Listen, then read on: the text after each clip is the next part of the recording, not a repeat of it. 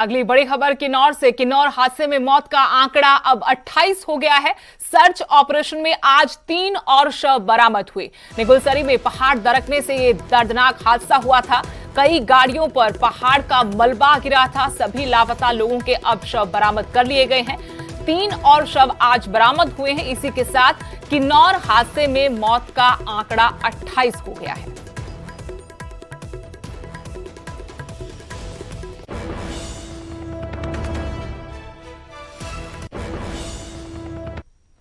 उधर अफगानिस्तान में बेकाबू होते हालातों के बीच भारत ने अपने नागरिकों को बाहर निकालना शुरू कर दिया है। भारतीय वायुसेना का विमान करीब 120 भारतीयों को लेकर जामनगर पहुंचा, जिसमें अफगानिस्तान में भारतीय राजदूत, दूतावास के कर्मचारी, सुरक्षाकर्मी और कई पत्रकार शामिल हैं। भारतीय वायुसेना के विमान ने सुबह ही काबुल से उड़ान भरी थी।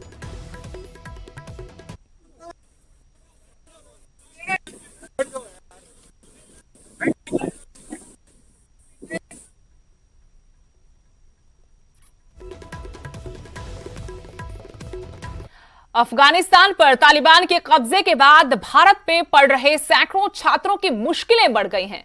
कुरुक्षेत्र में स्टडी वीजा पर आए अफगानी छात्रों का वीजा 31 अगस्त को खत्म होने वाला है। दूसरी तरफ पैसे भी खत्म हो गए हैं। ये छात्र फिलहाल अफगानिस्तान नहीं जा सकते। गोलियों के साए में इनके परिवार जिंदगी की जंग लड़ रहे हैं। छात्रों के मुताबिक इस वक्त उनके सामने हर तरफ अंधेरा पसरा है। ये सभी छात्र हिंदुस्तान में ही रहना चाहते हैं जब तक कि अफगानिस्तान में हालात ठीक नहीं हो जाते। अफगानी छात्रों ने सरकार से मदद की गुहार लगाई है। Requested Prime Minister of India Narendra Modi sir that if possible please help us like me 100,000 guys are here. They are not able to go back to our country as the situation is not good for all people, especially for guys. Even there is no flight they can go, even they can live in peace. It is dangerous for them to go back to our country. Our visa is expiring on 31st August, and we need a reason for staying in India and for extension of our visa. So kindly we request from the Haryana government that if it's possible, they provide us a short-term course for us. Then it will be a reason, and our visa will be extended. The situation is very bad, and there is no any political leader to control the government. And we are also, at the end, we are also facing the problem of visas, and our visa will be expired on 31st of August. उधर चरखी दादरी में RTI activist के खिलाफ case दर्ज कर उसे गिरफ्तार करने का मामला अब तूल पकड़ चुका है। आरटीआई एक्टिविस्ट जितेंद्र जटासरा ने इस मामले में अब हाई कोर्ट की शरण ली है। क्या है पूरा मामला, इस रिपोर्ट में देखिए। 42 दिन के थोड़े हो साहब, देखता आप खुद बयान दे। मेरी बात सुनो, मैं तुम्हें धारा नाटकीय बताऊं।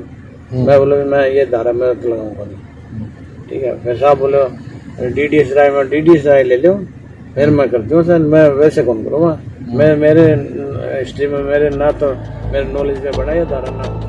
ये डीएसपी स्तर के जांच अधिकारी का कबूलनामा है, जो कबूल कर रही हैं कि उन्होंने किस तरह से एसपी के दबाव में आरटीआई एक्टिविस्ट जितेंद्र जटासरा के खिलाफ केस दर्ज किया। लेकिन ऐसा क्या हुआ कि पुलिस को झूठ का सहारा लेना पड़ा? तो इसे भी आपको तफसील से समझाते हैं। दरअसल जितेंद्र जटासरा ने चरखी दादरी के एसपी की कथित अभद्र भाषा वाली वीडियो सोशल मीडिया पर शेयर की,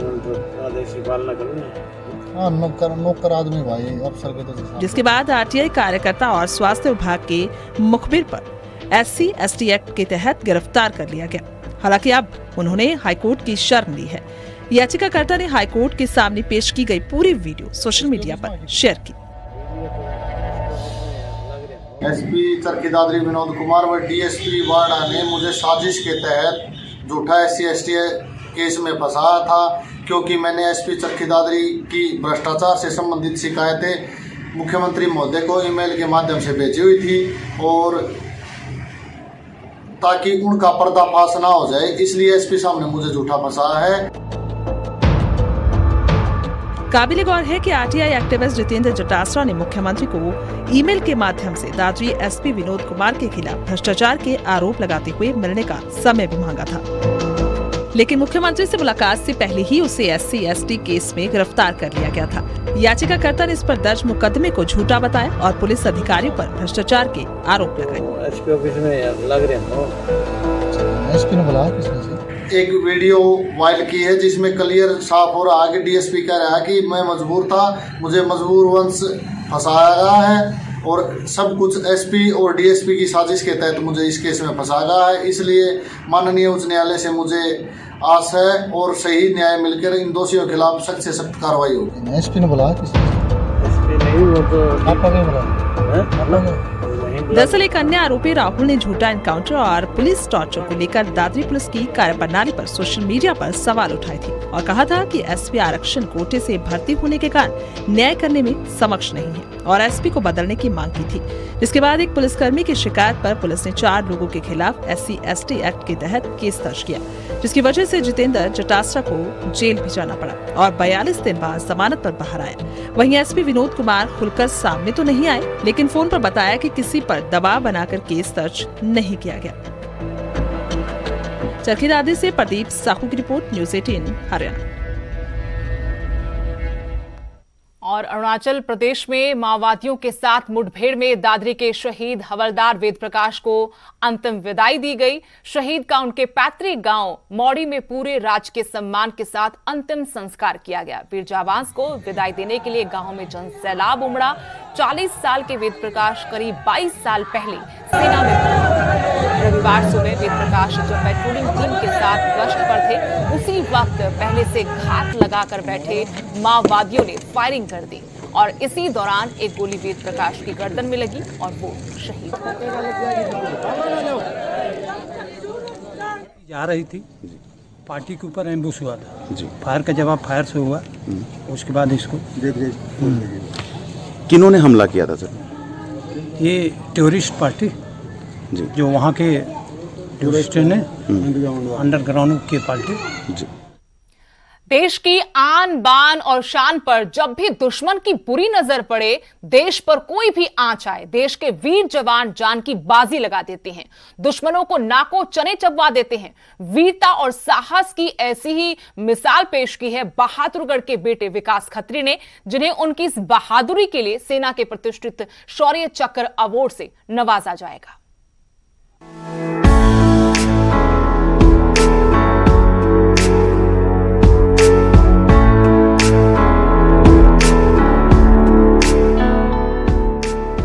हरियाणा की माटी शूरवीरों को जन्म देती है। हरियाणा की मिट्टी के कण कण में देश सेवा का जज्बा है। देश सेवा के इसी जज्बे से लबरेज बहादुरगढ़ के बेटे विकास खत्री को सेना का प्रतिष्ठित शौर्य चक्र अवार्ड मिलने जा रहा है। स्वतंत्रता दिवस के मौके पर जैसे ही शौर्य चक्र अवार्ड की घोषणा हुई तो परिवार, शहर और गांव में खुशी की लहर दौड़ गई। बेटे की उपलब्धि पर परिजन बेहद खुश हैं। सिर गर्व से ऊंचा हो गया।